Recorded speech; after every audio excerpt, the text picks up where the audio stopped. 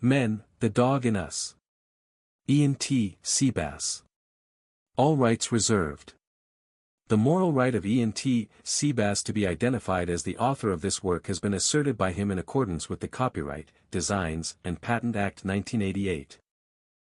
No part of this publication may be reproduced, stored in a retrieval system, or transmitted, in any form or by any means, electronic, mechanical, photocopying, recording or otherwise, without permission of the author, nor be otherwise circulated in any other form of binding or cover other than that which it is published and without a similar condition including this condition being imposed on the subsequent purchaser.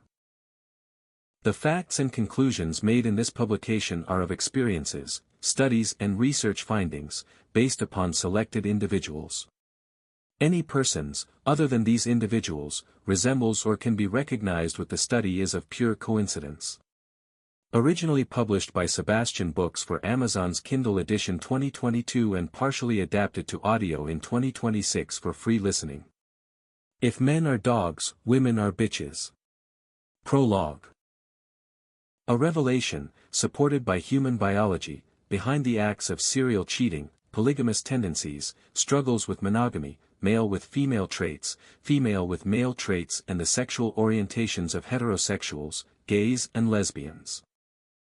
Men are dogs or men are like dogs are two familiar phrases used in modern society, mostly by women, when describing the likeliness of men straying from the state of monogamy. In other cases, the terms brand men with reference to having the same hypersexuality and carefree attitude seen in dogs, which has resulted into a 90% expectancy rate, that most men will make sex, with multiple female partners, a prioritized mission, at some point during their lives. The popular use of these phrases has triggered an obvious urge to compare both man and mammal, in which my studies have resulted to the findings of some actual behavioral similarities and also some extreme trait differences, proving that the two do and also don't have a lot in common.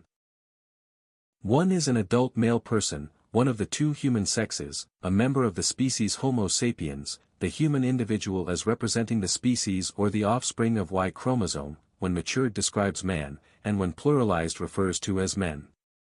The other is a male member of the Canidae family of the order Carnivores, Canis lupus familiaris, male of a canine species, feral or pet variety, the opposite of a bitch, describes a dog.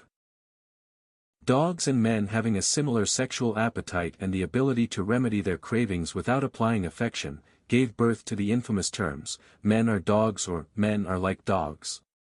A puzzling behavior to women, but also questionable to men, who finds themselves being dutiful to dog-like acts, and when asked why, the most sincere reply can ever be given is, I don't know.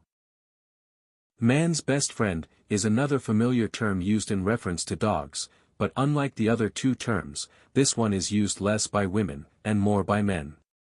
Maybe it is because the meaning tilts towards a more positive behavior, adding a favorable crowning to dogs, after recognizing them for their characteristics of being loyal, devoted, committed and most of all, a provider and a protector. These same characteristics are actively found in men, who claim and uphold its truth with pride, like a signature motto. Bitch, man's best friend just doesn't have the same ring as dog, man's best friend. The complexity of understanding human sexes and their behaviors, when compared to each other, has sparked thousands of theories and clichés such as men are from Mars and women are from Venus. Modern cultures and some religions have gone as far as to implement the expectation of men to be sexually faithful, when in a committed relationship. This expectancy, as a result, has created a misleading belief that faithfulness, in men, is within their controllable grasps and can be easily exercised at any chosen time. While the underlying truth may appear to consist of a vast amount of contrast, it is believed, by many, to have already been subconsciously known and accepted by all. 75% of mothers and sisters surveyed, voted in favor that they would prefer for their sons and brothers to have as much sex, with multiple partners throughout their lifetime. 93% of those same women, in another survey, voted against it, when asked about the same preference for their partners or husbands. Whether seen as contradicting, confusing or complex, it is proof supporting the underlying contrast. A man who is sexually loyal to his partner is considered to be faithful by women, despite accomplishing of such statue by an imposition of ethical pressure, self-persecution, or a degree of sacrifice. Man, on the other hand, define faithfulness as having the freedom of choice, to be faithful or unfaithful, but independently chooses, for his own selfish satisfaction, to be intimate with just one partner. This in most cases is influenced by what is defined as, the kryptonite of man's wild urge, love. A theory relating to men and their infidelities is being simplified here, using 2 of our 5 senses, after realizing that women are more likely to be sexually aroused by what they hear and men are more likely to be sexually aroused by what they see. Going with this theory that man's sexual urge is driven by the sense of sight and a woman's by the sense of hearing, prompted a closer look at the other 3 human senses, smelling, tasting and feeling. The study proved that these other 3 senses play great roles in human sexuality, but none overrides the leaderships of sight in men or hearing in women. Both women and men are quite aware of this, and have always capitalized on their territories, which explains why females, when ready, are usually adorned in makeup and endearing attire such as push-up bra and low-cut tops to showcase their treasured chests or cleavage, mini skirts, short shorts, bikinis and so on, are all eye traps. While men use their only hope, words, spoken or written. The woman's face, physique and attire are usually her attractive pointers to a man, one or all is a certainty to get his attention, making it a simpler task for women. While man, despite his face, physique and attire has less chance of attracting a female with just his appearance. Females, who seem to have the unique ability to look and not see and to listen and not hear, must be influenced to do both, by a man, in order for him to get her undivided attention. This power to dazzle creates a difficulty for men, considering that the female can choose to let him into her head or keep him out. In one scenario, at a bus stop, the woman waits for her bus and allows the friendly waiting man to make small talks with her. Capitalizing on this opportunity, the man has expected added flirts and compliments to the conversation, she hears although not listening and she smiles, but not because of his way with words, but because of his typical utterances, something she has heard before and already knows the vain reason of why the words are being said. To her, his words are simply weak and empty, this man does not stand a chance. But in another scenario using the same location and people, she smiles and blushes because her sense of hearing has detected something original and sincere, which allows her to then notice his actual presence. This man has a chance. But can this complexity be interpreted that women are only intellectually stimulated, thus, the more intelligent of the 2 sexes? If so, men having 2 heads could be seen as understandingly dumber, considering that one head is famed for having no brain. And a brain serving 2 heads, would naturally create a strain and the likeliness of disasters.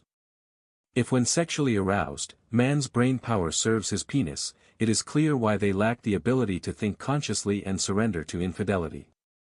That being fact, fiction, cliché, absurdity, or logics, one thing is for sure, in the state of coexisting, men, who are meat hunters, with carnivore-like traits have listed women as one of their hunted meat, an order served by both men and dogs.